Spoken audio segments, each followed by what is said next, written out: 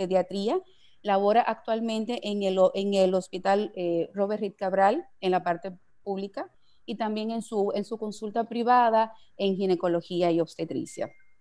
Voy a avanzar, solamente yo voy a dar unas pautas en sentido general sobre el tema que vamos a tratar. Voy a hablar sobre las generalidades. Permítanme compartir pantalla. Me confirman si estamos compartiendo pantalla completa. Sí, doctora, lo podemos ver. Sí, Sí. perfecto. Déjame terminar, aquí estamos completos. Yo voy a hacer un abordaje en sentido general de qué son los trastornos del neurodesarrollo. Es un tema sumamente amplio, sumamente complejo, con muchas y bastantes aristas, porque normalmente cualquier cosa que no sea del desarrollo normal lo queremos catalogar como un trastorno del neurodesarrollo. Y muchas veces no es un trastorno, sino una condición del neurodesarrollo, que es una condición aparte secundaria. Por definición, los trastornos del neurodesarrollo se caracterizan o son una alteración o variación en el crecimiento y el desarrollo del cerebro y pueden deberse o pueden estar asociados, ay, perdónenme, déjame darle back, ya, o pueden estar asociados a una disfunción cognitiva, neurológica o psiquiátrica. Esto es importante porque esta es una entidad neurológica en la cual se encuentra, y es un síndrome que se encuentra caracterizado por múltiples variantes. No solamente hay una sola, ni están las tres, sino que puede haber una o las tres, o varias, o estar las tres incluso solapadas. Por eso se dice que son entidades que se incluyen entre ellas y que no pueden actuar en forma de ser excluidas de manera solas. Sin embargo, es importante que nosotros sepamos que son entidades de manera heterogéneas, que podemos tener las entidades solas o acompañadas.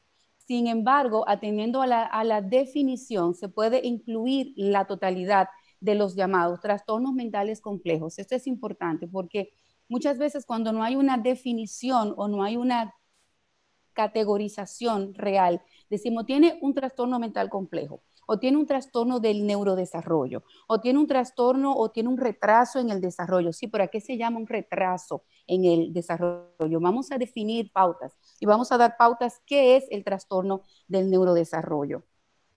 Hay una discapacidad intelectual que puede estar o no acompañada con el síndrome, con el síntoma clínico. Tenemos que dentro del espectro podemos tener pacientes con autismo, pacientes con TDAH, pacientes que tienen un trastorno y una base neurogenética, neurobiológica que pueda llevar hacia una esquizofrenia, hacia un trastorno mental o psiquiátrico, con un trastorno bipolar. Podemos tener dentro del trastorno del neurodesarrollo, trastorno de dislexia, trastorno de concentración, trastorno de atención, trastorno de lectoescritura, y todo eso forma parte de lo que es el trastorno del neurodesarrollo. Vamos a hablar sobre tipos de trastornos del neurodesarrollo. Ya la doctora Cristian López nos podrá abordar de manera más amplia sobre el mismo. Estos se identifican clínicamente por unos síntomas muy típicos que están bien diferenciados de otros trastornos y que se ajustan a un patrón hereditario de tipo mendeliano que suelen presentar un fenotipo dismórfico. Recuerden que siempre en estos tipos de trastornos del desarrollo hay una característica, por así decirlo, es como un tip. Siempre hay una dismorfia.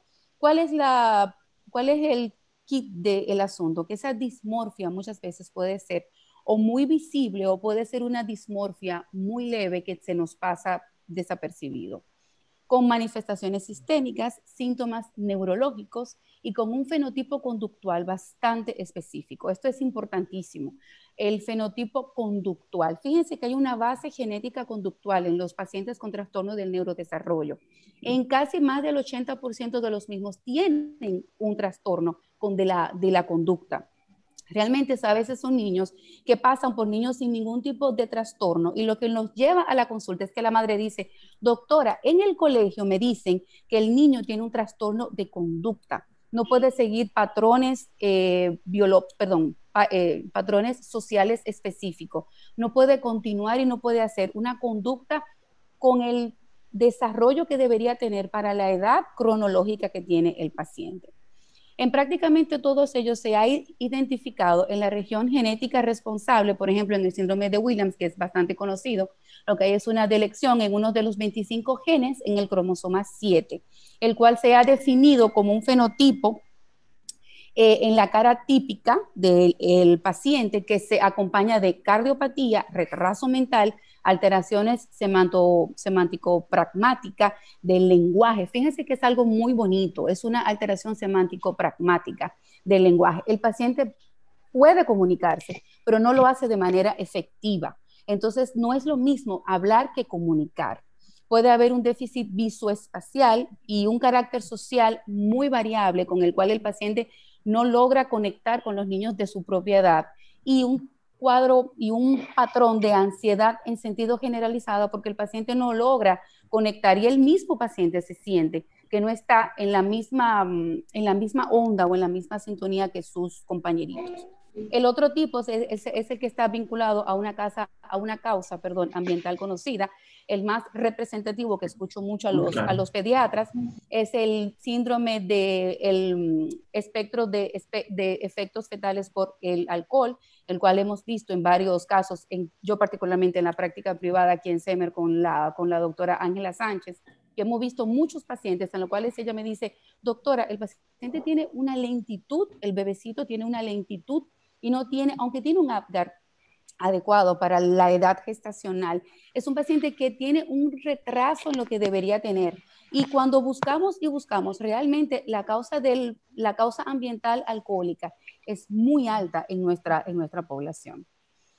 Hay también un trastorno sin causa específica identificada. Esto es importante porque puede haber, están recogidos de una forma dispersa en los distintos capítulos, tanto del DSM-4, el DSM-5, como en los capítulos del CI-10, y es muy probablemente que aquí es donde vamos a acogernos a todos los trastornos de lo que llamamos tipo espectro autista, porque es un capítulo amplio. Fíjense que no hay una causa identificada per se, no hay una causa genética que te diga, no hay una delección de un cromosoma, no hay una causa fenotípica que te pueda inducir, no hay un trastorno a nivel de los estudios de gabinete morfológicos, por así decirlo, le hace resonancias, tomografía con emisión de los positrones.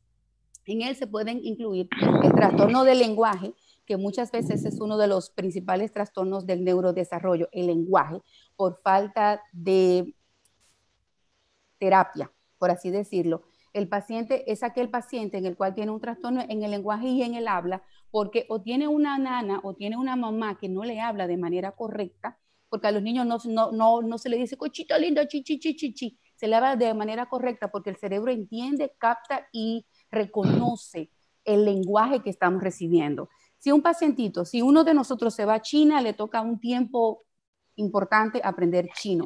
Si un bebecito, usted nació aquí y el niño tiene 3 meses, 6 meses, si usted lo pone en China, el niño por default, porque escucha, entiende, aprende, conecta y reorganiza en su cerebro el habla, puede hablar chino. Entonces, cuando usted tiene un pacientito que tiene un trastorno en el lenguaje, trastorno en el habla, trastorno en la comunicación social, recuerde que hablar no es solamente emitir palabras, es que lo que usted habla pueda llegar y pueda tener algún tipo de repercusión en la persona con la cual usted está hablando o en el entorno en el cual usted está hablando. Trastorno específico en el aprendizaje, el TDAH. Trastorno del espectro autista. Ahí sí es grande porque todo lo queremos meter en el mismo saco como un trastorno del espectro autista cuando no tenemos un diagnóstico específico. Trastorno en el desarrollo de la comunicación. Fíjese cómo es tan amplio que no es solamente que usted hable, porque hablan los loros, pero comunicar es una función cognitiva del humano que pueda tener algún tipo de comunicación. Trastorno de movimientos estereotipados que muchas veces el paciente lo maneja como con movimientos incoherentes y los diversos trastornos tipos tics neurológicos. Eso de mi parte. Ahora les paso, déjenme terminar de compartir la pantalla, les paso con Cristian López, la cual se encargará de darle más desarrollo a todos y cada uno de estos temas. Doctora López, el Buenas auditorio tardes. es todo suyo. Muchas gracias adelantadas en nombre del Neuroeste, de la filial este de pediatría, en nombre de las doctoras que tuvieron toda la mayor cortesía en acompañarnos. Gracias a todas las pediatras del Este, gracias a todos los neurólogos del Este por estar acá con nosotros. Buenas tardes. De nuevo, no sé si se está compartiendo la pantalla. No, doctora, todavía. Debe estar cargándose.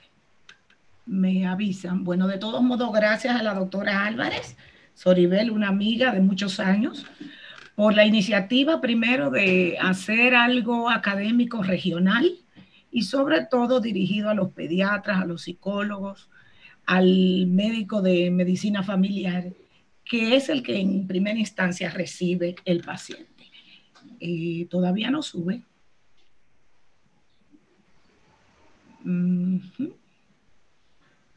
Vuelvo y lo cargo. Doctora, en lo que le carga, para que le puedan comunicar a los demás que los que no puedan entrar por aquí pueden entrar por la plataforma de YouTube, por el canal de Megalabs Dominicana. Ah, perfecto. Sí, porque Antes de creo eso, que Cristian, me están hablando por el chat de que no han podido entrar. Sí, exactamente, para que sepan que pueden entrar por ahí. YouTube, Megalabs Dominicana. Hola, doctora Soribel, un abrazo. Pido palabra. Sí, Sí. por favor, me están también escribiendo a todos los que no han podido entrar. Mire, de corazón les agradecemos y le pedimos disculpas. Por favor, vamos a estar en canal de YouTube de Megalab, así mismo, Trastornos del Neurodesarrollo. Si ustedes tienen a alguien que le esté comunicando vía WhatsApp que no ha podido entrar, es porque ya la plataforma se nos llenó. Muchísimas gracias a todos, de verdad que estamos sumamente agradecidos. Muy agradecidos, así Muy es. agradecidos. Creo que todavía no sube la pantalla. Abajo usted, bueno, le puede dar a compartir pantalla. Le estoy. Ahí sí. Ahora, perfecto, está cargando ahora. Perfecto. Ahora sí. Vamos a ir un poquito hacia atrás. Ok. Muchísimas gracias de nuevo a Megalab por la invitación y vamos a hablar de algo que todo el mundo sabe que me apasiona y que me he pasado, ya parezco postalita repetida. Vamos a hablar del abordaje neurológico de los trastornos del neurodesarrollo. Le especifico que es el abordaje neurológico porque como sabemos, como pediatras, como psicólogos, como neurólogos, que esto es un manejo multidisciplinario. Vamos a tratar de enfocar todo lo que tiene que ver con comorbilidades en relación a los trastornos del neurodesarrollo. Por definición, los trastornos del neurodesarrollo son condiciones heterogéneas. Cuando hablamos de que son heterogéneas, quiere decir que hay muchos tipos y muchas formas, que todas van a tener en común que haya un retraso o una alteración en la adquisición de las habilidades y que eso va a producir dificultades en varios dominios del neurodesarrollo, ya sea la parte motora, la parte del lenguaje, la parte cognitiva o la parte social. El trastorno del neurodesarrollo para fines de diagnóstico es un proceso de carácter deductivo y es importante que lo sepan. No existe ningún marcador biológico que me dé diagnóstico de cualquiera de los trastornos del neurodesarrollo. Y otra característica muy importante es que generalmente cohabitan, es decir, que se presentan de manera solapada. Y lo que predomina en el momento cuando veamos el paciente es hacia lo que nos vamos a dirigir. Esto no era así hasta hace unos años, porque sabemos que los nombres de estos trastornos se ponen de manera arbitraria. Nosotros, por un asunto de geografía, vamos más en la escuela norteamericana y por eso usamos los DCM. Hay 1, 2, 3, 4 revisados. Y el último que tenemos disponible es el 5, que se lanzó en mayo del 2013. El CIE-11 ya está. En teoría, para el 2022 ya va a estar haciendo efecto, que es el otro tipo de clasificación. Es decir, que antes no podíamos decir que un solo paciente tenía 2 trastornos del neurodesarrollo, aunque en la práctica clínica lo veíamos en el consultorio. 3, 4, veías un trastorno del espectro autista y tú decías, su problema no es el TEA, es que no atiende, es el déficit de atención. Estos son los trastornos del neurodesarrollo en la nueva clasificación. Comenzamos por las discapacidades intelectuales. Era lo que nosotros llamábamos antes retraso mental. Ahora tiene un nuevo nombre, pero es básicamente lo mismo. Tenemos que clasificarlo cuando hacemos el diagnóstico en leve, moderado, grave y profundo. Hay otros chicos que no encajan en esa graduación y podemos hablar de retraso global del desarrollo y de discapacidad intelectual no especificada. Ahí caen todo lo que no encaje en los 2 primeros. El segundo tipo de trastorno del neurodesarrollo es los trastornos de la comunicación. Ahí tenemos los trastornos del lenguaje, que puede ser de manera expresiva, receptiva o de manera mixta. Los trastornos fonológicos, los trastornos de la fluidez del lenguaje, los llamados tartamudos, que sabemos que tiene un componente genético, como todos los trastornos del neurodesarrollo, y eso lo vamos a ver más adelante. Están los trastornos de la comunicación social, pragmático, que no es más que la dificultad en crear y comprender actividades verbales y no verbales. A veces es un poquito difícil diferenciar a estos niños con un TEA, porque de repente tú no sabes si es que te entiende, que no te entiende, que es que no te está ignorando, que se está comportando como un trastorno social. Están los trastornos de la comunicación no especificados. Eso es una sombrilla que dejan los médicos para que englobar todo el que no quepa en las características anteriores. Los trastornos del espectro autista, que es realmente de lo que vamos a hablar hoy, es el tercer gran grupo. Esto lo vamos a ver con o sin discapacidad intelectual acompañante o con o sin deterioro del lenguaje acompañante. Esto es importante para los pediatras. ¿Por qué? Porque a veces los padres te dicen, no, es que mi niño es inteligente, sí, pero tiene un TEA, no tiene nada que ver con el nivel cognitivo, el que usted tenga o no tenga un TEA. O mi niño habla, no puede ser un TEA. No, porque hay clasificaciones dentro de este gran espectro que nos permite hacerlo. El otro grupo son los trastornos por déficit de atención e hiperactividad. Estos son chicos que lo vamos a ver más adelante de manera detallada, que se caracterizan por una dificultad de mantener la atención, unos niveles de impulsividad alto e hiperactividad. Sin embargo, no todos son iguales, como todos los trastornos del neurodesarrollo.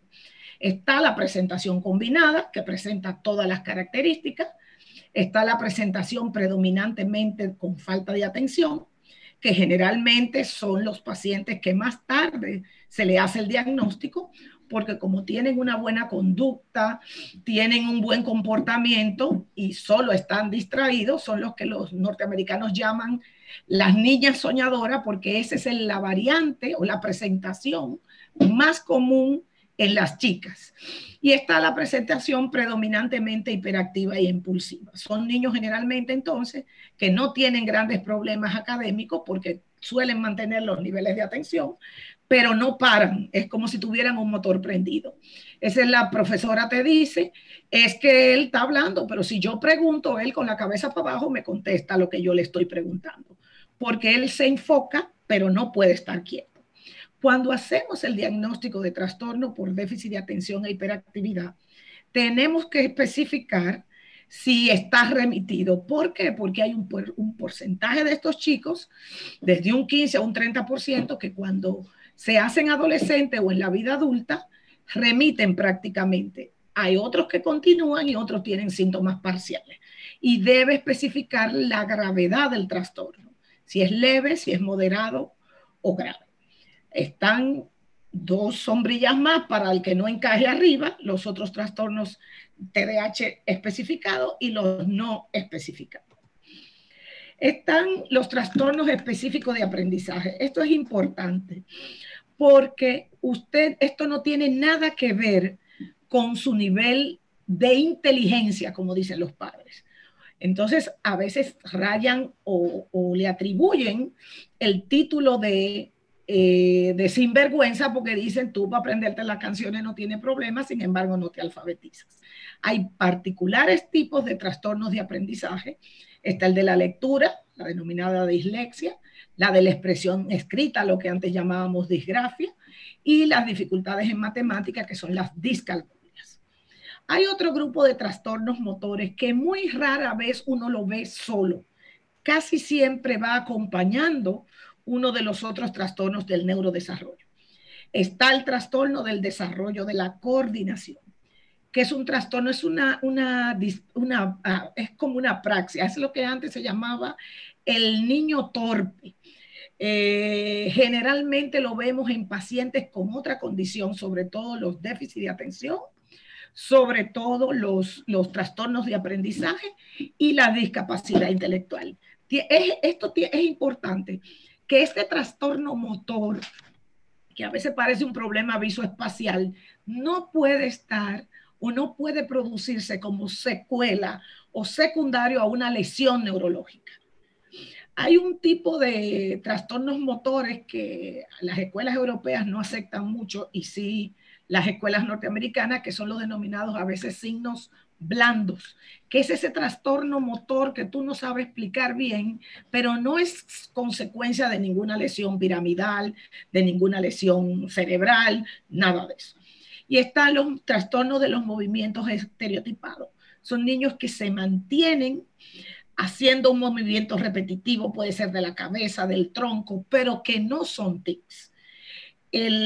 Porque viene el otro gran grupo, los trastornos de tics. El Gilles de la Tourette, que sabemos que es la expresión máxima de estos trastornos por la duración, porque se caracteriza por unos tics complejos, con mucha manifestación motora, coprolalia, y que casi siempre se va concomitante con los trastornos por déficit de atención o trastornos obsesivo-compulsivos, un trastorno psiquiátrico. Por eso todo niño con Gilles de la Tourette tiene que ser valorado obligatoriamente por un psiquiatra infantil. Están los tics motores o vocales persistentes, que son los que más vemos. Ese niño que no tiene criterio de Gilles de la Tourette, pero se mantiene haciendo tics motores, movimiento de cuello, brazo y pronuncia, emite sonidos. El tics transitorio, que también es bien frecuente, ese es el niño que te llevan a la consulta, que tiene un tics, en lo que tú le mandas a hacer los estudios, de repente llega, doctora, no sé qué pasó, se le quitaron los tics. Vuelven y hay dos grupos más, los especificados y no especificados, donde cabe todo el que no queda. La teología de todos los trastornos del neurodesarrollo en general pueden tener factores genéticos y no genéticos. Dentro de los no genéticos podríamos tener la hipoxia pre y perinatal, la desnutrición prenatal o postnatal temprana, un bajo peso al nacer, la exposición prenatal a enfermedades, a radiaciones, a drogas, a cigarrillos, enfermedades como el hipotiroidismo, y están los trastornos con los factores genéticos que vamos a ver más adelante. Vamos, de manera general hablamos de todos los trastornos, pero ya enfocándonos en los trastornos del espectro autista, que es lo que nos solicitaron que habláramos, se va a caracterizar por dos grandes grupos de síntomas. Anteriormente teníamos 3, pero en el DSM-5 solo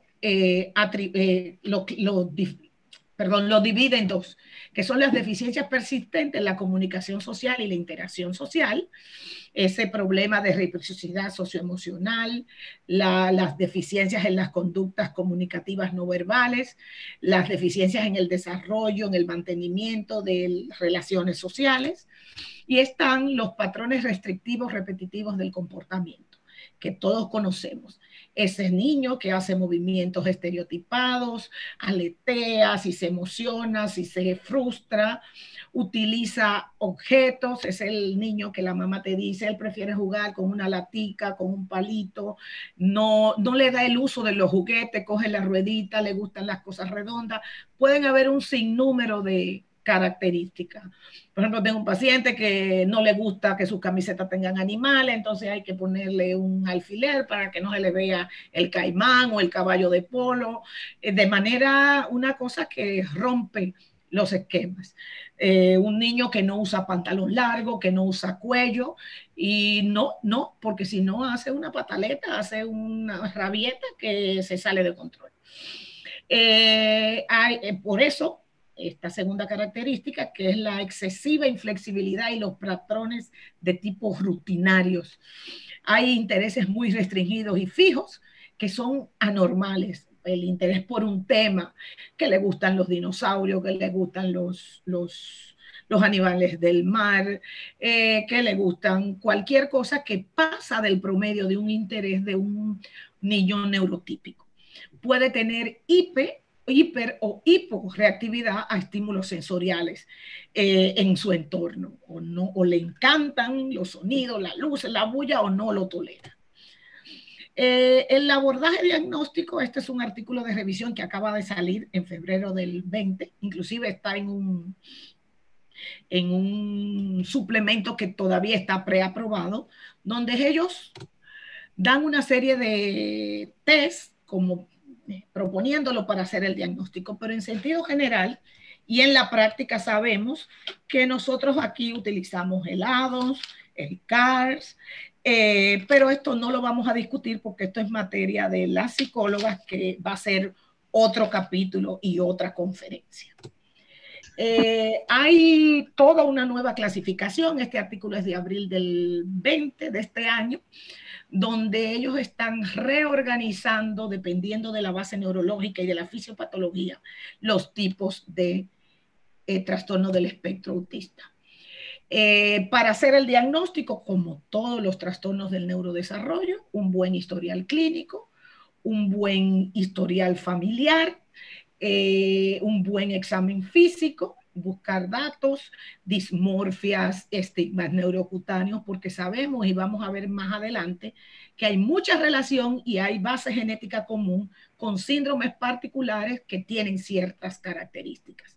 Estos son los hallazgos, es un artículos de revisión de alteraciones que han encontrado en los estudios de imagen de los pacientes con trastornos del espectro autista. Este también artículo es de este año, donde básicamente ellos describen disminución del volumen de las amígdalas, cerebelo, eso lo vemos también en el trastorno por déficit de atención. Básicamente son las mismas lesiones. Si le interesan los artículos, al final le dejo mi correo y con mil amores se los envío porque realmente está muy interesante y extenso. Una vez sospechamos de un trastorno del neurodesarrollo, tenemos que tener cuidado de que no confundirlo, porque el abordaje es diferente, la evaluación es diferente y el manejo es diferente. Están la discapacidad intelectual, que es lo que llamamos retraso mental. Siempre recuerdo al profesor Comedebro que decía, ¿cómo yo diferencio un retraso mental? En esa época, cuando yo estudié, se llamaba a un Alzheimer. Bueno, que el que tiene una discapacidad intelectual es un pobre que sigue siendo pobre. Mientras que los niños con encefalopatía epiléptica, por ejemplo, cualquier trastorno encefalopático, son niños que muchas veces logran habilidades y la van perdiendo. Entonces, ¿qué debemos descartar en un paciente que uno piensa que tiene una discapacidad intelectual? Bueno, que tenga una encefalopatía progresiva, que sea un TEA, un trastorno del espectro autista, que sea un trastorno específico del aprendizaje o que tenga un trastorno de la comunicación. Si tenemos trastornos del desarrollo del lenguaje, la disfasia de expresión, disfasia mixta, ¿qué debemos descartar? Bueno, que no sea un niño sordo, que no tenga hipoacusia, que no haya deficiencias estructurales a nivel del aparato fonoarticulatorio, porque es una lesión estructural que le impediría hablar, que no sea una deficiencia intelectual, que no sea un trastorno psiquiátrico de tipo mutismo selectivo. Y para nosotros los neurólogos es importante el síndrome de Landau-Kleffner, porque sabemos que es un síndrome epiléptico, pero tiene manifestaciones de trastorno del lenguaje, pérdida del lenguaje, y cuando hacemos un electroencefalograma tiene un patrón muy característico. Los trastornos específicos del aprendizaje hay que diferenciarlo de una deficiencia intelectual. Por eso es importante ver cómo se comporta el niño en las otras áreas. Los niños casi siempre con trastornos específicos del lenguaje solamente en su actividad académica tienen problemas. Si no tienen otro trastorno, entonces de ahí es que le dicen sinvergüenza. Ella se aprende los bailes bien, ella se aprende las canciones bien, pero no aprende a leer. Sí hay que descartar también que no hay un trastorno sensorial de tipo lesión cerebral, que no vea bien, que tenga un trastorno de la refracción. Y el trastorno de atención con o sin hiperactividad, que no sea un trastorno de ansiedad. Sabemos que esa es una comorbilidad muy frecuente en los niños con TDAH, que no tenga un trastorno psiquiátrico de otro tipo. Se ha descrito que pacientes intoxicados por plomo, las primeras manifestaciones que pueden dar son un déficit de atención importante, un bajo rendimiento académico que puede pasar como un TDAH.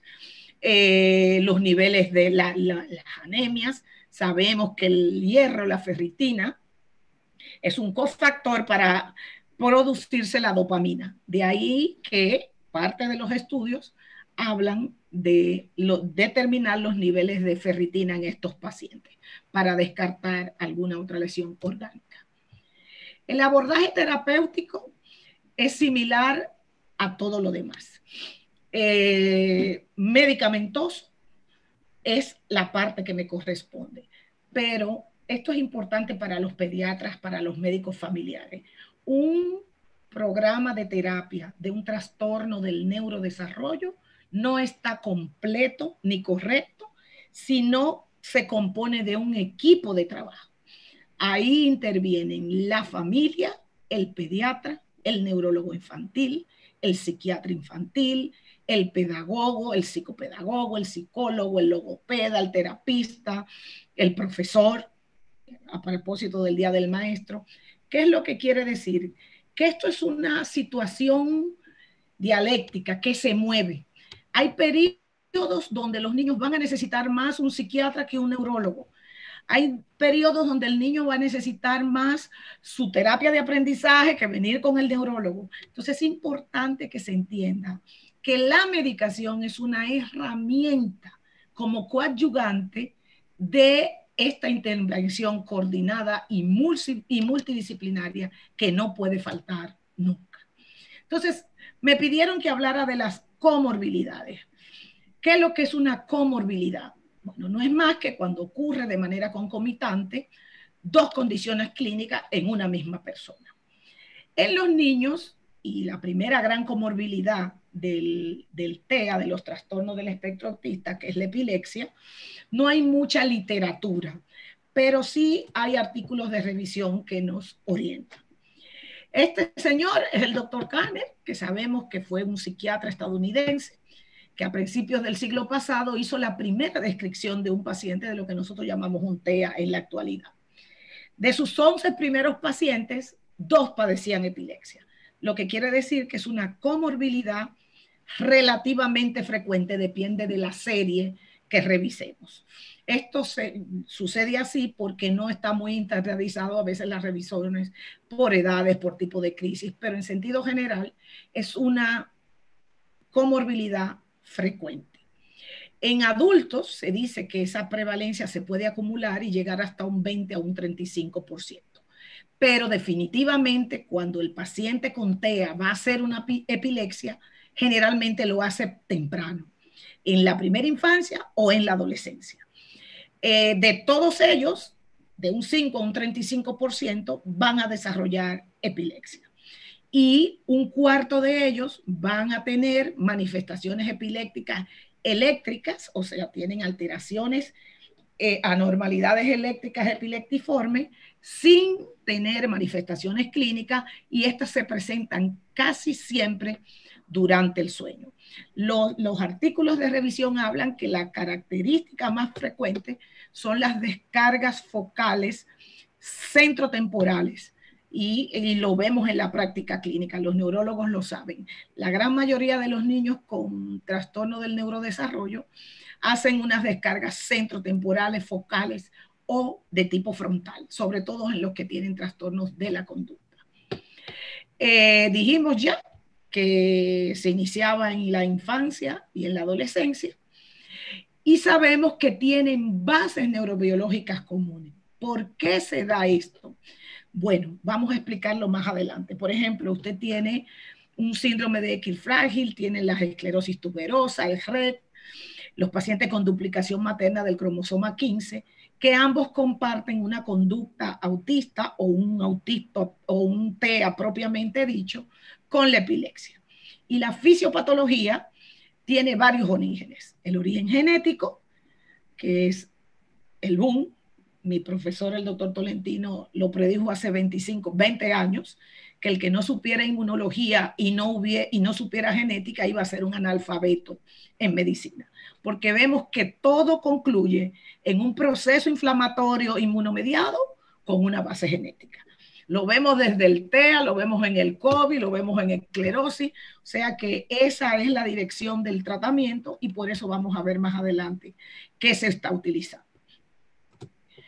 Los mecanismos por los que sucede eso. Bueno, lo primero es que se altera la función y los circuitos excitatorios e inhibitorios, sobre todo en relación al GABA. Entonces, como hay un desbalance, se produce una hiperexcitabilidad, y esto favorece a la aparición de epilepsia. Afectan los receptores GABA, sobre todo en su transmisión sináptica y en la maduración de las interneuronas y sus conexiones, lo que hace que sean más excitables y aparezca la epilepsia. Hay otras características que sustentan esa comorbilidad, que es que los receptores, hay una actividad súper aumentada de los receptores GABA, y concluye también en una hiperexcitabilidad que va a dar como consecuencia la parte de la epilepsia. Todos los déficits que ocurren en el periodo embrionario o en la etapa temprana del desarrollo postnatal van a afectar la plasticidad sináptica y van a producir un estado de hiperexcitabilidad que se va a manifestar con un trastorno de conducta cognitivo y crisis convulsiva. Sabemos, y están descritos... Entretenerte, puedes preparar la masa. Sí, cierran los micrófonos, que hay secuencia de exones. Los exones son la parte del gen que produce la proteína, que están particularmente descritos para producir TEA. Hay mutaciones de novo, por eso tú puedes ver niños que tienen antecedentes familiares de un papá, un tío con TEA, pero hay niños que ellos te dicen, no, nadie en mi familia lo tiene. Hay defectos del propio gen GABAérgico, eso se ve en el RET, en el X frágil y en la esclerosis tuberosa. Entonces, desde el punto de vista de la neuropatología, ¿qué sucede? Bueno, hay reducción en estos pacientes en la mini columna de la neocorteza, que se encuentran alrededor de las neuronas inhibitorias. Entonces, se produce más excitabilidad y producen crisis convulsiva. Hay una reducción también significativa de los receptores del GABA, y obviamente la malformación del desarrollo tipo digenesia cerebral, trastorno de la migración, van a predisponer a un tipo de epilepsia importante y muchas veces fármaco resistente. Este es un esquema de lo que hablamos. Fíjense cómo todo esto confluye.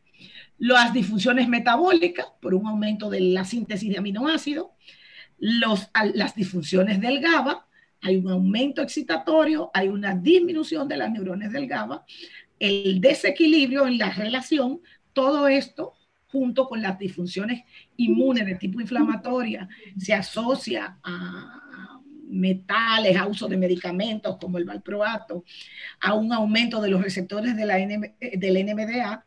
Todo eso junto con la inhibición reducida y el desequilibrio y el incremento de la excitación, se produce un desbalance, excitación-inhibición, y también se altera la plasticidad que habíamos dicho y da como consecuencia esa alteración que se ve en el TEA de la conducta social, puede producir un deterioro cognitivo y aumenta e incrementa la susceptibilidad a la producción de las crisis.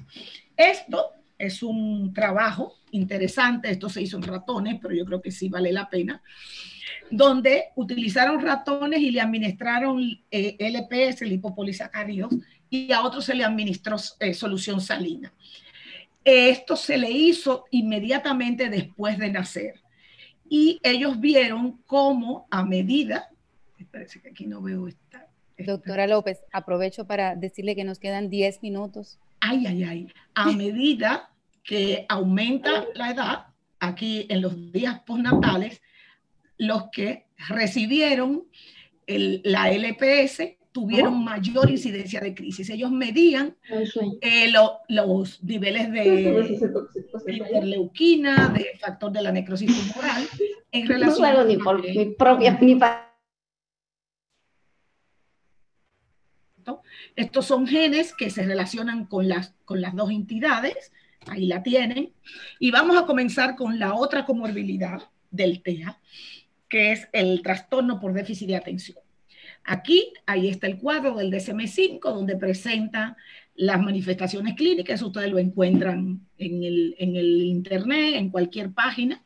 La inatención, el niño que no presta atención a los detalles, que le cuesta enfocarse, parece no escuchar, no sigue instrucciones.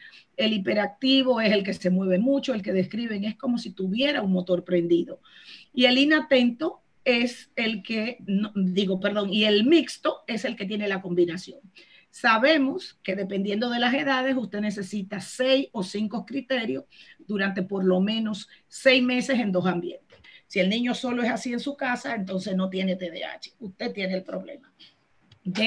Y generalmente el entorno escolar lo hace más que se manifieste más. Sabemos que, igual que todos los trastornos del neurodesarrollo, es neuroconductual, es biológico, se ve más frecuente en varones, y todo esto tiene que ver con la dopamina y la noradrenalina. Dependiendo de la edad se manifiesta. En preescolar va a ser un problema de comportamiento, ya luego cuando comienza la edad escolar van a venir los problemas académicos. En el adolescente hay problemas de autoestima, mayor incidencia de uso de sustancias ilegales, y ya en la vida de adulto problemas laborales, cambio frecuente de pareja, abuso de sustancias, muchos accidentes, ir mucho a la emergencia, y una autoestima baja. Y en el adulto se va a manifestar más con trastornos del estado de ánimo. Este es un trabajo de revisión interesante, donde ven los pacientes que tenían TEA y TDAH. Vamos a hacerlo un poquito rapidito. Todos eran menores de 18 años. Se revisó desde el 2004 hasta el 2015. Tuvieron un total, fue un metaanálisis, donde buscaron documentos que analizaban la prevalencia, la severidad, el rendimiento escolar y la relación familiar de estos pacientes. La prevalencia fue muy variable. El subtipo más comórbido fue el mixto, sin embargo hay series que hablan del inatento. La severidad de la sintomatología aumenta si es comórbido, y existe una relación inversamente proporcional a los trastornos comórbidos. Mientras más comorbidad hay, peor rendimiento académico. La calidad de vida de los sujetos y su familia, eso es las psicólogas saben más de esto que yo, porque saben que ese es el pan nuestro de cada día, que es una familia disfuncional, todo el mundo se está volviendo loco. Hay mucho estrés parental y altera la calidad de vida. Los tratamientos, obviamente el equipo es multidisciplinario, tienen que ser todo su programa de terapia. El tratamiento farmacológico, luego si les interesa, le envío un artículo también del 2020, donde habla de todas las nuevas opciones terapéuticas que no están aprobadas, pero es importante porque a ustedes los padres le preguntan. Aprobado por la FDA, Para fines nuestros, nosotros utilizamos sobre todo los antipsicóticos tipo risperidona y aripiprazol, que se utiliza para disminuir los niveles de impulsividad en los pacientes. Esto hay que ponerlo en una balanza. Sabemos que hay efectos secundarios, aumento de peso, aumento de la prolactina, pero es una medicación muy útil. Cuando predomina la inatención, vamos a utilizar los fármacos tipo metilfenidato de cualquier tipo, de acción larga, de acción corta. Si hay efectos secundarios, utilizaríamos la atomicetina. Los tratamientos nutricionales, no existe ningún artículo de revisión que dé una real evidencia de que dietas particulares son terapéuticas. Lo que más se está proponiendo son medicaciones para trastornos gastrointestinales, la omega es una opción y se está estudiando y pudiera ser una apertura, pero ninguna de estas cosas son panacea, lamentablemente. Eso es de mucha discusión, pero no hay artículos basados en evidencia que nos digan que estos tratamientos tipo dieta, tipo estimulación eléctrica, neurofeedback, van a ser algo diferente a un tratamiento convencional de programas de terapia, intervención y tratamiento farmacológico en relación a ellos. Y generalmente estos son bastante costosos. Esto es un artículo también de este año que nos habla de todas las teorías de inmunomodulación para el TEA. Si le interesa, se los hago llegar porque es tan interesante, pero ya creo que me están casi sacando de aquí. Muchísimas gracias por su atención y si tienen dudas, preguntas. Esto se hizo más para hacer un conversatorio de ese tipo que para dar una conferencia magistral. Así es, cualquier inquietud. Y nos vemos el domingo. Ay, santo Dios. Bueno, la doctora Soribela Álvarez está a cargo ya en la parte para moderar las preguntas. Cualquier duda, inquietud, algo, comentario, lo pueden realizar a través del chat. Vamos a hacer algo primero, Cristian, sal de la pantalla para que podamos vernos. Segundo, todas las diapositivas, y todos los estudios que ustedes deseen, vamos a modular vía Megalab para que la doctora López me lo mande a mí o lo mande vía Megalab y que lo podamos entonces hacer una distribución en un correo masivo para que no vuelvan loca a la pobre doctora López después con tanta información. Otra cosa importante. Hacer llegar los artículos, claro que son bastante interesantes. Sobre todo con el tema de la inmunomodulación, que es sumamente importante. Porque aportando un poquito para que puedan hacer las preguntas, me la hacen por favor por el chat y así como eso se lo podemos hacer a la doctora Cristian López. Algo importantísimo que yo quiero destacar, Cristian, es que esos pacientes con TDAH crecen, por lo tanto serán un adulto con TDAH, que muchas veces pensamos, el niño terminó, el niño no termina, el niño pasa del neuropediatra al neurólogo y tiene que tener un seguimiento por un neurólogo, un neuropediatra, o por un médico familiar, que al final de cuentas es el médico de primera línea.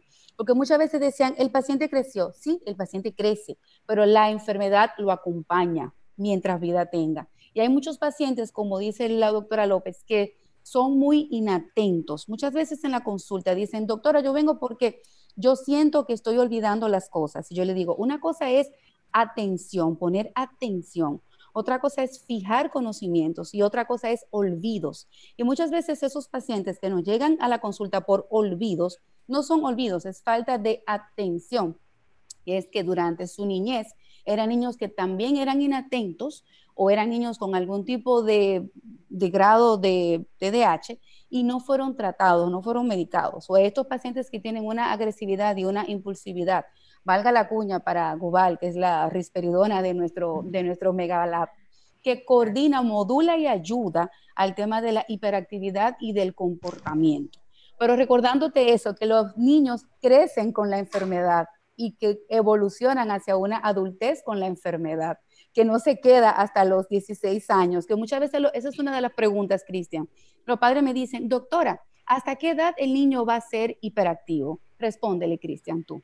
Mire, dijimos que hay un 15 hasta un 30% que puede evoluciona hacia la vida adulta. Lo que pasa es que las manifestaciones clínicas cambian.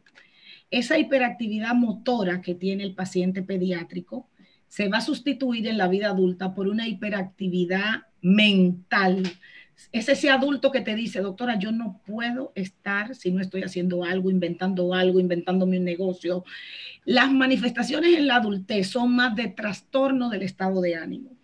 Tienen muchos problemas de mantener pareja, normalmente tienden a tener muchas parejas, hijos con varias parejas, tienen problemas laborales porque le cuesta respetar a un jefe, no le gusta que lo manden, no le gusta que los dirijan, tienen alta incidencia de adicciones desde la adolescencia, ese temor de, sobre todo cuando se le da la medicación, al contrario, cuando usted medica el paciente, disminuye las posibilidades de hacer adicciones. Y es importante una cosa, ya hay muchos estudios multicéntricos que se ha visto que el paciente que tiene un diagnóstico temprano y una intervención temprana puede ser funcionalmente adecuado como el resto de la población. No quiere decir que si usted está grande no pueda tratarse. Sí, siempre va a mejorar. Pero mientras más temprano se hace el diagnóstico y más temprano se inicia el tratamiento, pasa eso. Entonces, en la adultez, muchos, ustedes lo saben, muchos de nuestros pacientes o nuestros papás se hacen su diagnóstico cuando tú le haces el diagnóstico a su niño. Porque la esposa te dice que él igualito a su papá, su abuela dice que él era así mismo, y el mismo paciente te dice, doctor, que ese soy yo, así mismo era yo. Entonces, sí es un trastorno que sigue a lo largo de la vida, que es importante porque te hace disfuncionar mucho en tus relaciones laborales, en tu éxito laboral, en tus relaciones familiares.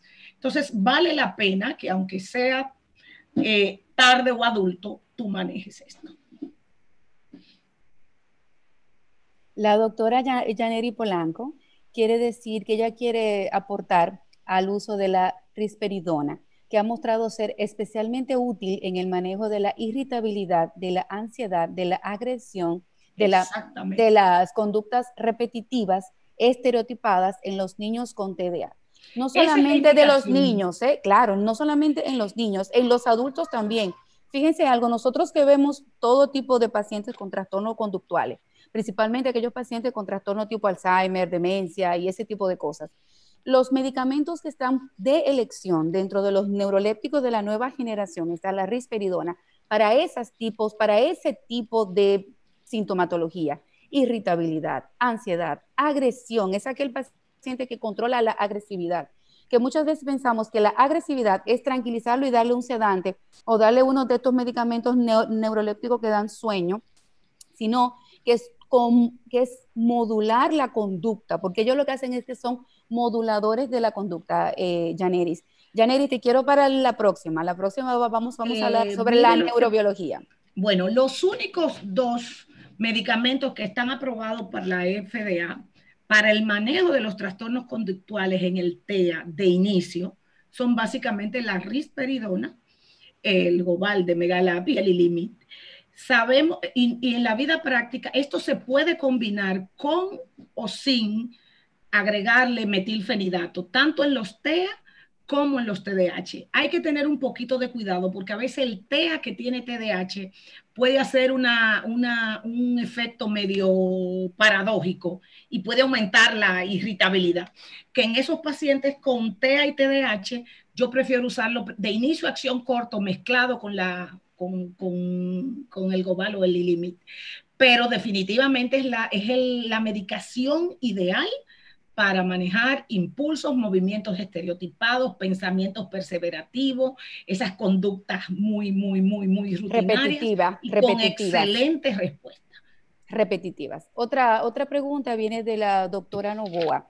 La comorbilidad del TEA con el TDAH, ¿cómo diferenciar el límite entre uno y otro y que la hiperactividad o la inatención sea parte del mismo espectro? como consecuencia de uno o de un trastorno neurosensorial? Bueno, eso inclusive, la doctora Novoa, sabemos que hasta mayo del 2013 no era posible hacer el diagnóstico comórbido. Si teníamos un TEA, aunque fuera muy inatento, aunque fuera hiperactivo, se lo atribuíamos a su conducta autista. Es a partir de mayo del 2013, con la nueva clasificación, que se nos permite hacer el diagnóstico simultáneo, porque sabemos que tiene una base inmunogenética común, y ya eso, con la aplicación de test y el trabajo multidisciplinario con los psicólogos y los neuropsicólogos, podemos hacer la diferenciación, porque a veces clínicamente es casi imposible. Pero también muchas veces tú ves un TEA y tú dices, es que su dificultad no se le está produciendo el TEA, es lo inatento que está, porque se maneja bien, no tiene tantos problemas comportamentales. Sin embargo, la escuela te reporta un rendimiento académico con dificultad. Realmente es difícil, porque como no es en todos los trastornos del neurodesarrollo, a veces la línea limítrofe entre uno y otro es prácticamente, no se percibe. Delgado. Entonces, Delgado. ahí es que es lo importante de trabajar en equipo, porque eso nos hace hacer las diferencias. Y muchas veces tú medicas más una condición que otra, porque es la que te está produciendo más dificultad. Otra preguntita. Gracias a la doctora Evelyn Lora. Muchas gracias por estar y por el aporte. Ella dice, aclarar que los medicamentos son indicados solamente por neurólogos y por psiquiatría en los manejos en estos pacientes. Sí, por favor. Porque llegan muchas veces estos pacientes manejados por otras especialidades que no tienen ni idea de los efectos secundarios, de la comorbilidad que tienen estas patologías. Y aunque sepan manejarlos, pero es muchas veces las dosis, y esto, como dice Cristian, es una línea limítrofe muy delgada en la dosis que debemos de dar.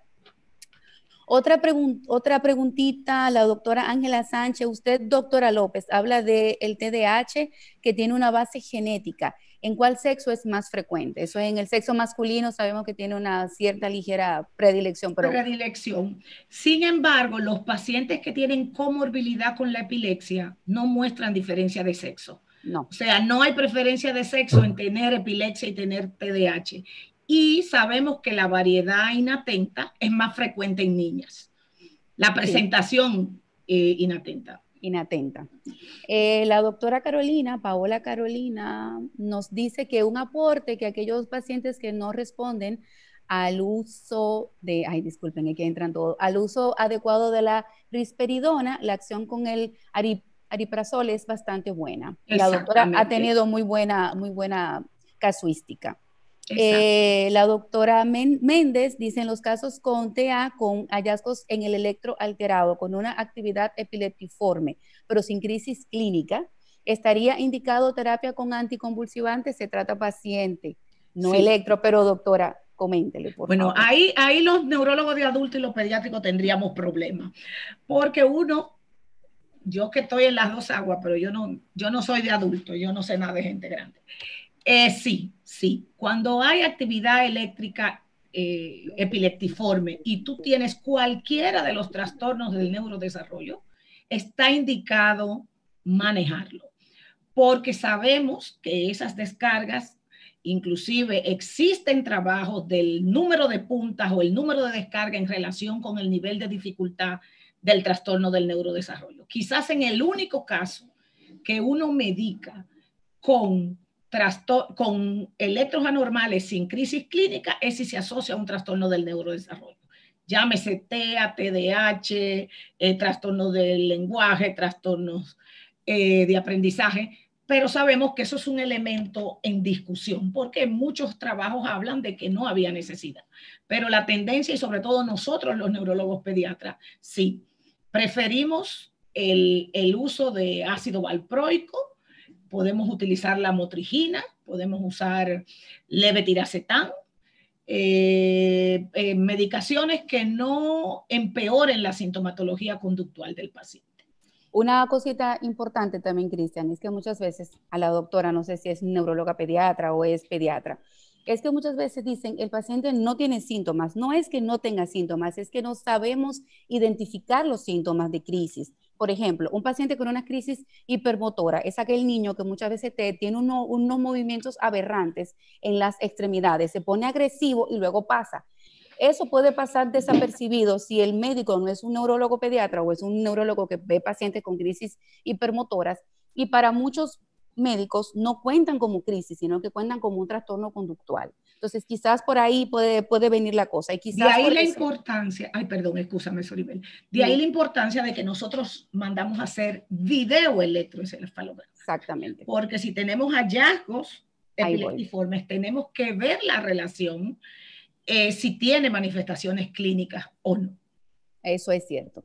Saludos desde Bolivia. El manejo de la angustia de los padres se centra en mi niño con TDAH y ello gasta tiempo y energía. ¿Les ocurre eso? Bueno, doctor Rosario, mire, realmente yo he tenido pacientes, yo no sé, me imagino que los neuropediatras igual, que me dicen, doctora, mire, en mi casa yo prefiero que falte cualquier cosa menos ese medicamento. Yo busco el dinero porque eso me da paz, porque ciertamente la ansiedad y el trastorno se le traspasa a los padres y es un factor comórbido importantísimo. Mire, recuérdense que el TDAH es una entidad multifactorial. Hay un componente genético, pero hay un componente ambiental. Yo le digo a los pacientes, esto es como la diabetes. Si usted es diabético y come sano y hace ejercicio, usted le va bien. Si come dulce y tiene vida sedentaria, no. Bueno, así mismo es el TDAH. El TDAH que no tiene límites bien establecidos, de que no tiene una rutina, una supervisión, un muro de contención, como yo digo. Tienen que tener un muro de contención. Realmente yo la entendemos, no es fácil, son niños desgastantes, porque una de sus características es que no quieren seguir reglas, no quieren seguir instrucciones, y más si tiene la presentación combinada, que es como si tuvieran un motor prendido 24 horas del día. Sin embargo, yo pienso que si se intervienen estos chicos, usted va a ver los resultados, no se desespere. Yo digo, para estos chicos es amor, paciencia y límites. Y tiene que hacer su manejo multidisciplinario. Fíjese que a pesar de que como somos neurólogos nos toca hablar de la medicación, pero tenemos que insistir en que un papá, porque a veces los padres medican al niño, hay una mejoría importante y se olvidan del resto de los programas de terapia. Entonces, nunca va a poder estar sin medicación porque no va a adquirir las habilidades de hacerse cargo de sus cosas. Entonces, eso es importante. Multidisciplinario, manejo multidisciplinario. Todos tenemos que intervenir. La terapia, la fisioterapia. Recuerden que estos son niños que aprenden por la repetición, como dice la doctora, es tenerle pautas y hacerlo repetitivo. Te sientas a comer a las 8, te paras de comer a las 8:30, porque si no el niño sigue y dura 3 horas comiendo. Son esos niños que duran y se sientan y duran 3 horas. Pero son niños que, como dice la doctora, es un tema de fisiatra, de terapia cognitiva, terapia conductual, terapia para todos en la familia, para el papá y la mamá, porque yo he tenido pacientes que he tenido que medicar al niño y concomitantemente medicar a los padres porque si no, no dan abasto, no pueden. ¿Alguna otra pregunta, aporte, algo que le hayas quedado como alguna duda? Recuerden que todos los artículos que la doctora López prometió lo estaremos compartiendo vía email. Nos hacen llegar todos sus correos electrónicos y con gusto coordinaremos con la doctora para que nos hagan llegar las guías, todos los artículos. Igual podemos hacer como un blog, doctora López, si le parece. Perfecto. Así como eso enviamos todo e igual pues el que desea esto, ve esto y así cada quien toma lo que el cherry que más le guste. Bueno, doctora, el doctor Rosario le manda felicitaciones, hay un iPhone Q que le manda excelente, no tiene nombre, pero en sentido general, si no hay más preguntas para no alargarlos más. Paola tiene una preguntita, doctora Soribel. Paola Carolina. Paola, bueno, no la veo, pero ábrele el micrófono a Paola. En algunos casos. Ah, sí, perdón, sí, ya lo vi. Dice Cristian, en algunos casos donde la hiperactividad, irritabilidad y baja tolerancia a la frustración predomina y los padres se niegan a la medicación, uy, uy, uy, ahí tenemos un lío de todo el tamaño, porque al primero que hay que medicar es a los padres, Paola. ¿Cómo podríamos orientar a estos padres? Mira, yo desde el punto de vista de la parte neurológica de adulto te digo, lo primero que hay que medicar es al papá. Hay que trabajarle la psiquis y la psicología al papá, para que el papá entienda que tiene un problema, porque para ellos no es un problema, es que el niño es así. Cuando el papá se niega y se resiste a la terapia, a la medicación, a poner a la familia en uno, porque tenemos que ser uno como familia, porque si el hermanito lo vemos que tiene cierta deficiencia y el hermanito grande no coopera, entonces no vamos a conseguir nada como familia. Lo primero que de mi parte es tratar a los padres con psicoterapia de papá y de mamá, de abuelo, que siempre se meten muchísimo, y la vecina que siempre opina que leyó y vio, y las tías ni se digan. Y segundo, la doctora López te puede decir qué le podríamos dar con el tema de terapias para comer. Fíjate algo, Cristian. Mire, yo creo que, perdón, óyeme, yo creo que ella lo está llevando por el tema de que hay muchos papás que se niegan a querer dar ciertos tipos de medicamentos porque ya tú le estás estereotipando con tal cosa. Cuando tú le dices, yo le voy a dar, por ejemplo, un oxigenador cerebral, todo el mundo se pone feliz y contento. Cuando tú le dices, yo le voy a dar un medicamento que es un neuroléptico y ellos leen medicamentos psiquiátricos, regresan a la consulta y dicen, pero es que mi hijo no está loco. Mi hijo no se lo voy a dar, ¿por qué? Entonces ahora, Miren, dígale. Tenemos que definir qué estamos tratando. Si es la parte de baja tolerancia a la frustración, si es el problema conductual, tiene que ir a terapia de conductual, cognitivo-conductual. O sea, no es posible modificar conducta sin una ayuda. Muchas veces, inclusive, la medicación para la conducta no es más, es útil para acabar esos arrebatos, modular un poquito la hiperactividad y la impulsividad, en lo que la terapia conductual funciona. Con el asunto de la atención, ahí es diferente. Porque si está teniendo problemas académicos, sabemos que hay una base neurobiológica. La medicación no es para que se porte bien, no es para que se esté tranquilo. Cuando utilizamos metilfenidato, sobre todo, que es el más utilizado, es buscando que la recaptación de dopamina se retrase y pueda enfocarse. Recuérdese que los circuitos de atención están en el lóbulo frontal, prefrontal, y hay circuitos que tienen que ver con la dopamina y la noradrenalina. Entonces, esa medicación lo que hace es eso. Por eso, inclusive la variante inatenta es la que mejor se va porque no tiene problema conductual. Vi una nota, alguien que escribió sobre la valoración cardiovascular, correcto. Se supone, o los artículos dicen, que si un niño no tiene ninguna manifestación clínica de cardiopatía, no hay necesidad de hacer la valoración cardiovascular. Sin embargo, en mi práctica médica es parte de mi protocolo. Todo paciente que va a utilizar estimulante, yo le hago una valoración cardiovascular, porque hay muchos problemas cardíacos asintomáticos. Entonces podemos recibir un susto cuando comience, porque uno de los efectos secundarios pueden ser las palpitaciones, taquicardia, y entonces armarse un corredero. Aparte de que son efectos secundarios propios del medicamento. De la medicación. De la medicación. Otra preguntita, la doctora Méndez dice, otra comorbilidad importante son los trastornos del sueño. Uy, uy, uy. Uy, uy, uy, uy, uy, uy. Sí, ¿Cómo sí. Ahí ayudamos a que ese niño pueda dormir? Le prometo otro artículo de revisión, que todos estos están aquí, salieron ahora en el 2019 y 20. Sí, el trastorno del sueño es una, no, si nos llevamos de comorbilidades hay miles, pero sí.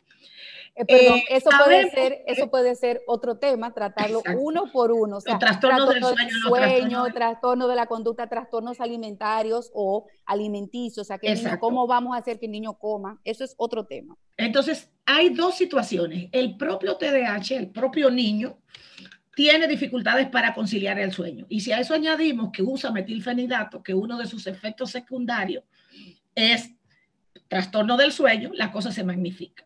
De manera convencional y en la práctica diaria, la melatonina.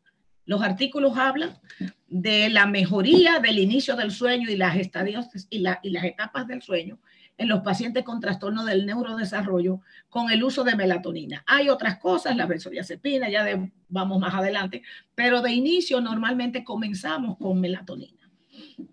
Cristian, ¿qué tú dices en los niños con el uso de la quetiapina como un inductor del sueño? Yo tengo pacientes, yo no lo uso en niños pequeños. Tengo parálisis cerebrales que ya son niños grandes, tienen 20 años, 24 años. Sí, es útil y se puede utilizar. Pero mi experiencia, yo en niños muy pequeños no lo utilizo. Más en adolescentes con discapacidad intelectual, con PCI, he tenido la oportunidad, pero está descrito.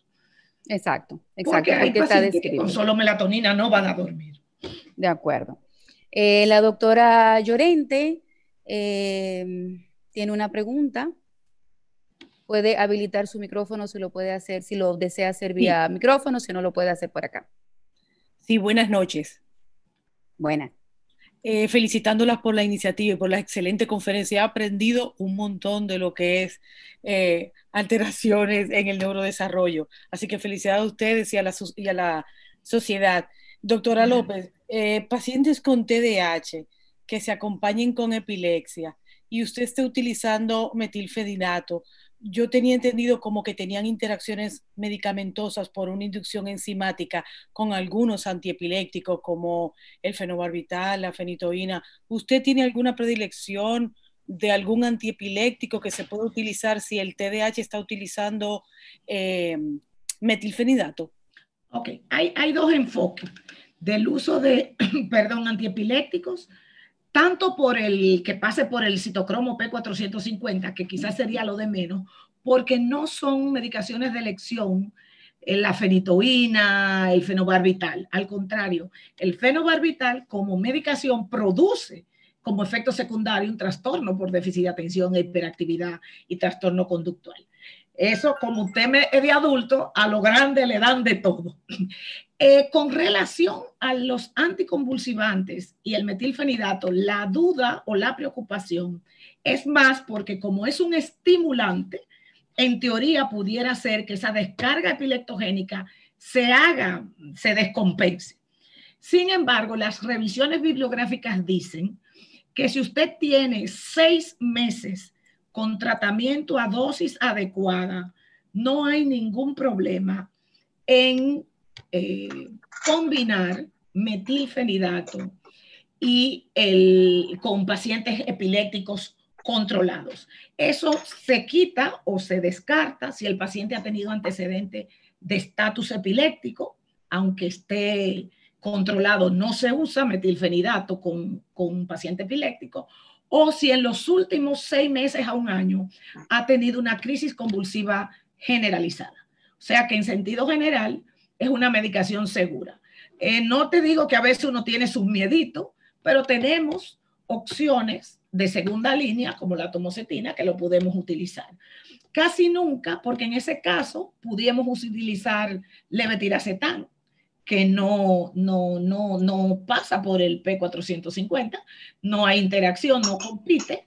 En el caso del valproato, que es bueno porque es un modulador de la conducta, ahí sí habría que, como siempre, con o sin metilfenidato, el valproato es una medicación que hay que dar su vigilancia de pruebas hepáticas, amonio, plaquetas. O sea que no creo que haya ninguna dificultad. Obviamente, si es un paciente con epilepsia que ha tenido crisis convulsiva en los últimos 6 meses de tipo generalizada o tiene antecedentes de estatus epiléptico, está contraindicado usar metilfenidato en un TDAH. Pero fíjate que es una molécula bastante segura cuando el paciente es bien escogido, porque ahí es donde está el detalle. Tenemos que escoger bien el paciente, porque no es ponérselo a todo el mundo, sino al paciente que cumpla con los criterios. Doctora Cristian, hay una pregunta por el canal de YouTube, la eficacia del aripiprazol en el TDAH. Para el sueño, ya hablamos del sueño que básicamente preferimos la melatonina, pero ellos hablan si usted tiene alguna experiencia con el solpidem, esopiclona, cuál tú consideras que pudiera ser mejor. Tengo otras, pero dale con esa para entonces luego decirte las otras preguntas. Sí, realmente esos antipsicóticos son útiles, pero es más para, como dijo la doctora Polanco, que nos mandó la nota, en la parte conductual. Cuando queremos sueños ya.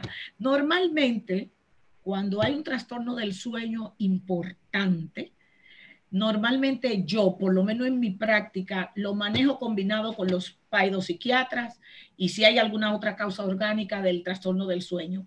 Si me voy más allá de la melatonina, un poquito de risperidona, de Ilimid, ya vamos a otro nivel. Pero sí, están descritos, sobre todo en pacientes grandes. ¿Qué opina de las teorías que dicen que los niños salen del diagnóstico con TDAH? Con TEA. Con TEA, perdón, con TEA. Yo creo que es que se vuelven funcionales si tienen una buena intervención como tal. Pero con tu base genética y tu característica, lo que pasa es que uno lo ve en su práctica. Ya yo tengo 20 años de ejercicio, ya yo he visto mis TEAs pequeños crecer y pueden ser absolutamente funcionales. Sí hay corrientes que proponen esto, pero de verdad yo no estoy muy de acuerdo. Y en los adultos tampoco es que se cura, es que ellos aprenden, claro, salen, se hacen, volvemos, ellos siguen, no es que paran a los 16 años. Yo entiendo la pregunta, porque hay corrientes que hablan que los niños se sanan con tratamiento, con dieta, con qué sé yo qué. Entonces, con terapias holísticas que te enseñan que la meditación, que el yoga, y ese tipo de cosas. Neurofeedback, que estimulación transcraneal, toda esta locura.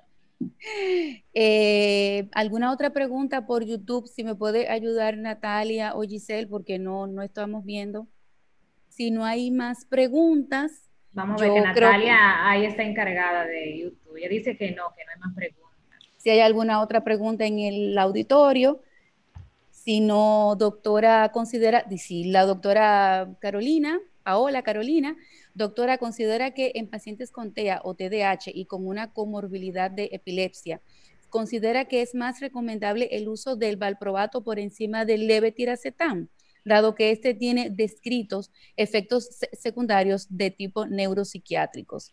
¿Qué tú prefieres? Yo sí, realmente yo preferiría valproato o la motrigina. O la motrigina. Sí, de hecho se sabe que usar levetiracetam, pero sabemos que el levetiracetam como tal solo puede producir trastorno de conducta, idea suicida, trastorno psiquiátrico. Entonces sí, yo estoy de acuerdo. De primera elección, preferiríamos iniciar, si no hay otra comorbilidad que no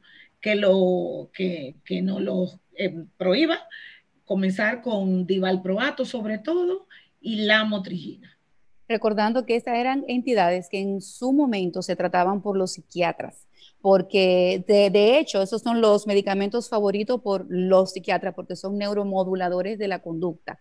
En nuestro caso, pues es un happy hour, porque es un 2x1, me da la crisis convulsiva y me modula la conducta y el comportamiento, doctora Carolina. Por lo menos también en mi parte de adulto igual, son los dos medicamentos de predilección. Doctora Joana dice, doctora, ¿cuál es su experiencia con el levetiracetam de liberación prolongada?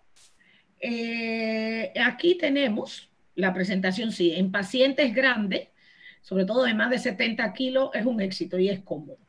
Pero como mi gran población es bien pequeña, yo prefiero, son niños, no son tantos adolescentes ni adultos jóvenes, yo prefiero usarle el de acción corta, pero sí, es una molécula útil, súper cómodo para los adolescentes que no quieren beber medicina. Sí. Y sobre todo para aquellas adolescentes que pasan a la edad de la pubertad y que luego ya pasan a ser señoritas y que luego tenemos miedo de que se nos embaracen. Es un medicamento que aunque no está aprobado por la FDA como fármaco de primera línea, como es la lamotrigina, es bastante useful. A menos que te haga un problema conductual que haya que retirárselo por un efecto secundario. Bueno, yo considero que les damos las gracias al auditorio porque esta es la hora y 30 minutos y tenemos 81 personas todavía conectadas. Muchísimas gracias a todos. La última pregunta dice, tuve un caso extremo con la motrigina con Steven Johnson. Doctor, eso es uno y ya usted sabe. No, pero ojo con esto, bienvenido al club. Casi fallece, claro, casi fallece. Se lo indicó su neurólogo de cabecera. Doctor, mire, ese es el efecto secundario. Déjame yo decirle, porque dijo que fue su neurólogo de cabecera. El efecto principal, el side effect de la lamotrigina, igual que el Tegretol, es el Steven Johnson. Lo primero que los neurólogos tomamos en cuenta antes de poner ese tipo de terapia es qué vida activa tiene el paciente. Porque recuerden que está muy relacionado con el tema de si un paciente es muy ansioso, dosis primero, un paciente es muy ansioso y la exposición solar. Por ejemplo, un paciente que hace surf, por más que usted tenga una dosis bajita, usted tiene que tener cuidado. Eso es un efecto adverso secundario que todo neurólogo debe de ponerle por escrito a su paciente. Mire, señora, tenemos un medicamento que puede tener ciertas alergias, con el cual usted tiene que tener mucho cuidado con el uso del sol y con el uso de la medicación y la dosis. Por eso es que es tan importante a tener el feedback de las pruebas hepáticas, porque muchas veces ese es un error. Ponemos un medicamento y le decimos adiós, bye bye, y jamás volvemos a ver ni cómo están las pruebas hepáticas, ni cómo está el hígado, y no hay un seguimiento. Lo más probable es que ese paciente haya tenido una ingestión prolongada del fármaco desde el punto de vista adulta, sin un control. Igual, puede ser igual, como dice eso, como dice el propio doctor, a veces pues falta de comunicación, pero particularmente nosotros los neurólogos, cuando ponemos Tegretol o la motrigina, yo creo que en la escuela en la cual nosotras estamos, que es la misma que está la doctora López, lo primero es decirle a un papá o a un paciente cuál es el efecto adverso, porque muchas veces es más importante que sepa cuál es el efecto adverso que el efecto bueno que tiene el medicamento, porque no va a evitar líos y demandas. Y recuerden, corroborando lo que dice la doctora, yo a mis pacientes con la motrigina le digo, mire, si se le pican 3 mosquitos en la cara y usted no sabe si es un rash o picadura, quíteselo. Sin embargo, yo he sido premiada con 3 Steven Johnson y uno de ellos fue, la madre estaba de viaje, se quedó con la abuela, comenzó su alergia como una conjuntivitis y andaba con conjuntivitis. La abuela la llevó al pediatra y el pediatra le dijo que sí, que era una conjuntivitis. Y terminó en un Steven Johnson, una locura. Una locura. Eso sí, bueno, la vi hace poco. Esa paciente, si le van a dar agua destilada, ella me llama, ¿puede usar agua destilada? Porque después se bebió ibuprofeno, no se sabía. Entonces, eso está descrito. Y hay que decírselo a los padres y explicarle la importancia de eso.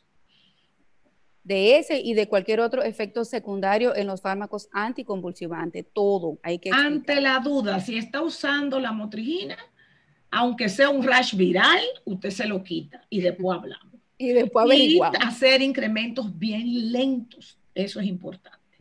Eso es un punto, por eso es que es importante que sea un médico experimentado. Yo he tenido pacientes que ahí es donde está el detalle, el incremento. La lamotrigina es un medicamento que para uno aumentarle dosis es cada 15 días, cada 2 semanas, cada 10, cada 15 días.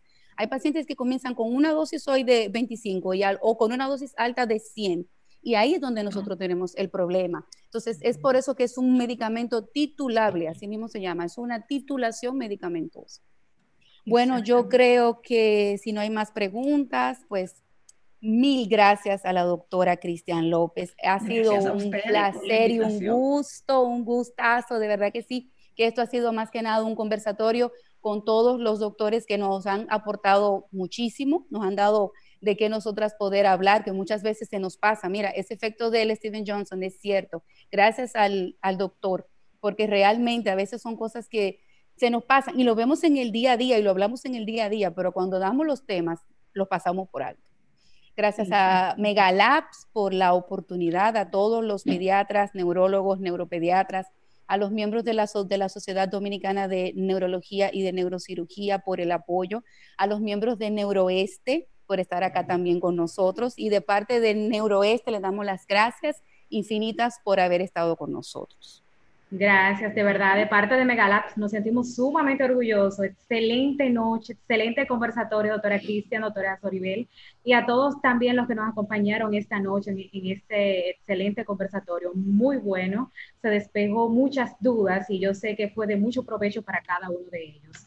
De parte de Megalabs, pues nos sentimos muy agradecidos por todos y más adelante entonces coordinamos con el tema de las preguntas, los estudios, para así pues poderle hacer llegar la información. Muchísimas gracias de parte de Megalabs. Gracias a ustedes. Gracias. Feliz noche a todos. Feliz noche. Igualmente para ustedes. Gracias, buenas noches. Bye, bye. Bye.